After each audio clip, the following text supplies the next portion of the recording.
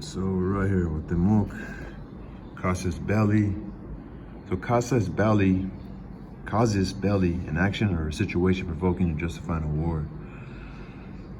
So let's go back right here. So we got Hernan Cortez.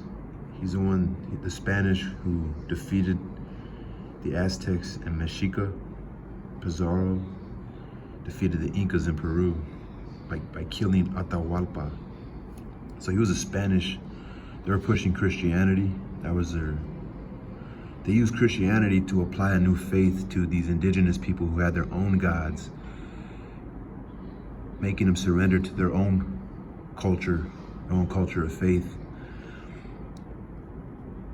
So the Spanish gave Atahualpa, he gave the Inca emperor, the Inca ruler in Peru, a Bible. He didn't know what it was, so he just tossed the Bible, which gave them a casus belli, a cause to take over, because they were pushing that they were more significant, they were more closer to God. And also, when they were catching whatever diseases they were bringing, when the indigenous were praying to their gods, hoping that when they were getting sick, because these people, the Spanish, were bringing over diseases to the indigenous people. When they were bringing over diseases, these people would pray to their indigenous gods, but nothing was working. Not knowing that the Spanish people, their bodies were already immune to the flu. So when they were praying and they were not getting sick, it was making the indigenous people say, well, wait a minute, maybe there is power in this Christian God, right? So then that's kind of how it worked. So when he didn't know what the Bible was, he just tossed it, which was a sign to disrespect by the Christian Spanish people, being sent not by Spain itself, but by the Roman Catholics. They were being sent by the Roman Catholics to come, to find new land, to take over, colonize. So Atahualpa, once he disrespected them, they imprisoned him for 8 months. They took all his gold and they ended up killing him. Supposedly this guy showed up with like 100 one of them showed up with either 600 men, the other showed up with 150. But what happened was the Incas, they already kind of debilitated even the surrounding tribes around them.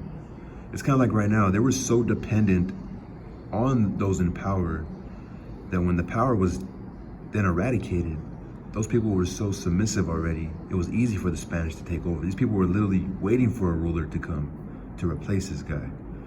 Same thing right here. Anyway, so when Hernan Cortez, he did the same thing.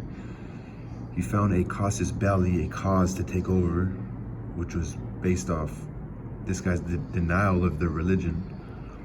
Moctezuma II, they ended up killing him, taking his gold as well. But then his son, the famous Cuauhtemoc, a lot of people heard of him before. However, unlike in the case of Atahualpa and the Quechuas, which were the Incas, in Mexico, or Mexica, the Aztecs case, a little later, Moctezuma II's son, Cuauhtemoc, was momentarily able to succeed his father and to take charge of his people and to lead a momentarily successful resistance which temporarily drove Cortez's Spaniards out of Tenochtitlan on the rainy night of June 13th, 1520, a day christened by the Spaniards as La Noche Triste, or the sorrowful night, because Cortez, oh shit, scared the fuck out of me. Because Cortez lost many of his men. So that's Cuauhtemoc's story. When they killed his father and they trying to take over Mexica, the Aztec prince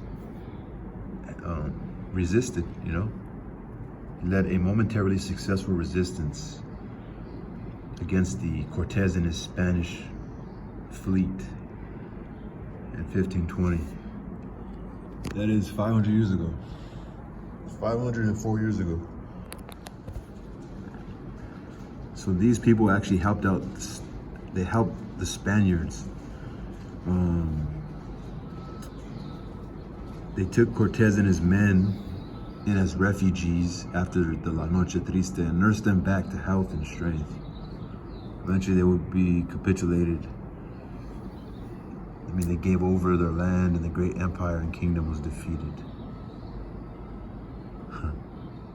So the conquest that was begun militarily by these guys, well, they first sent the military to not bully, but to use forceful power, right? And then they came in with soft power. And their forces were carried forth and completed. Okay, so the conquest that was begun militarily, and their forces was carried forth and completed spiritually, so culturally, and to a significant degree also politically by the Spanish Catholic Church.